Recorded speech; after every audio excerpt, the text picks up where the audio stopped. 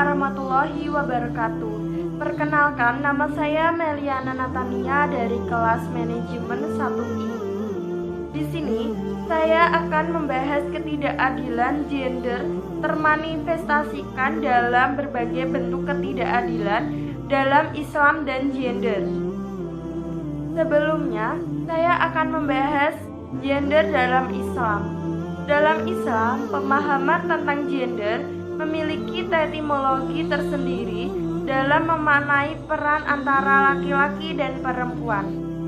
Hal ini ditunjukkan melalui beberapa ayat Al-Quran dan hadis yang berbicara mengenai posisi laki-laki dan perempuan. Bahkan, ada nama di salah satu Al-Quran yang berbicara khusus mengenai perempuan, yaitu surat An-Nisa. Hal ini membuktikan bahwa Islam sangat menjunjung tinggi kaum perempuan. Namun, ada kalanya penafsiran terhadap ayat Al-Quran yang parsial menyebabkan ketimpangan peran berdasarkan gender masih terjadi di masyarakat. Sekarang, masuk dalam ketidakadilan gender termanifestasikan dalam berbagai bentuk ketidakadilan. Yang pertama yaitu marginalisasi perempuan. Marginalisasi disebut juga pemiskinan terhadap kaum perempuan. Hal ini banyak terjadi dalam masyarakat dan negara yang menimpa kaum laki-laki dan perempuan. Hal ini disebabkan oleh berbagai kejadian, misalnya pengangguran, penggusuran, bencana alam, atau proses eksploitasi. Dari segi sumbernya, bisa berasal dari kebijakan pemerintahan, keyakinan, tafsiran agama, keyakinan tradisi, dan kebiasaan atau bahkan asumsi ilmu pengetahuan. Masuk yang kedua yaitu subordinasi. Subordinasi adalah anggapan bahwa perempuan tidak penting terlibat dalam pengambilan keputusan politik. Perempuan tersubordinasi oleh faktor-faktor yang dikonstruksi sosial. Anggapan bahwa perempuan irasional atau emosional sehingga perempuan tidak bisa tampil memimpin. Berakibat munculnya sikap yang menempatkan perempuan pada posisi yang tidak penting. Subordinasi karena gender tersebut terjadi dalam segala macam bentuk yang berbeda dari tempat ke tempat dan waktu ke waktu. Yang ketiga yaitu stereotipe. Stereotipe merupakan pembelaan atau penandaan terhadap kelompok tertentu, dan pelabelaan ini selalu berakibat pada ketidakadilan. Hal ini disebabkan pelabelaan yang sudah melekat di masyarakat. Misalnya, laki-laki adalah manusia yang kuat, rasional, jantan, dan perkasa. Sedangkan perempuan adalah makhluk yang lembut, cantik, emosional, atau keibuan.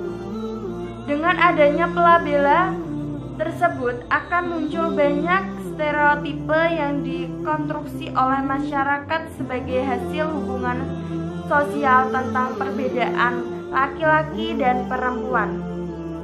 Masuk yang keempat yaitu kekerasan terhadap perempuan. Kekerasan adalah suatu serangan terhadap fisik maupun integritas dan mental psikologis seseorang. Kekerasan terhadap manusia ini sumbernya bermacam-macam. Namun, ada salah satu jenis kekerasan yang bersumber anggapan gender. Kekerasan ini disebut juga sebagai gender related violation, yang pada dasarnya disebabkan oleh kekuasaan. Kekerasan terhadap perempuan yang sering terjadi karena budaya dominasi laki-laki terhadap perempuan. Kekerasan digunakan oleh laki-laki untuk memenangkan perbedaan pendapat, untuk menyatakan rasa tidak puas dan seringkali hanya untuk menunjukkan bahwa laki-laki berkuasa atas perempuan. Pada dasarnya, kekerasan berbasis gender adalah refleksi dari sistem patriarki yang berkembang di masyarakat. Yang terakhir yaitu beban lebih berat adanya anggapan bahwa kaum perempuan yang memiliki sifat memelihara dan rajin, serta tidak cocok untuk menjadi kepala rumah tangga, berakibat bahwa semua pekerjaan domestik untuk rumah tangga menjadi tanggung jawab kaum perempuan. Bias gender yang mengakibatkan beban kerja tersebut seringkali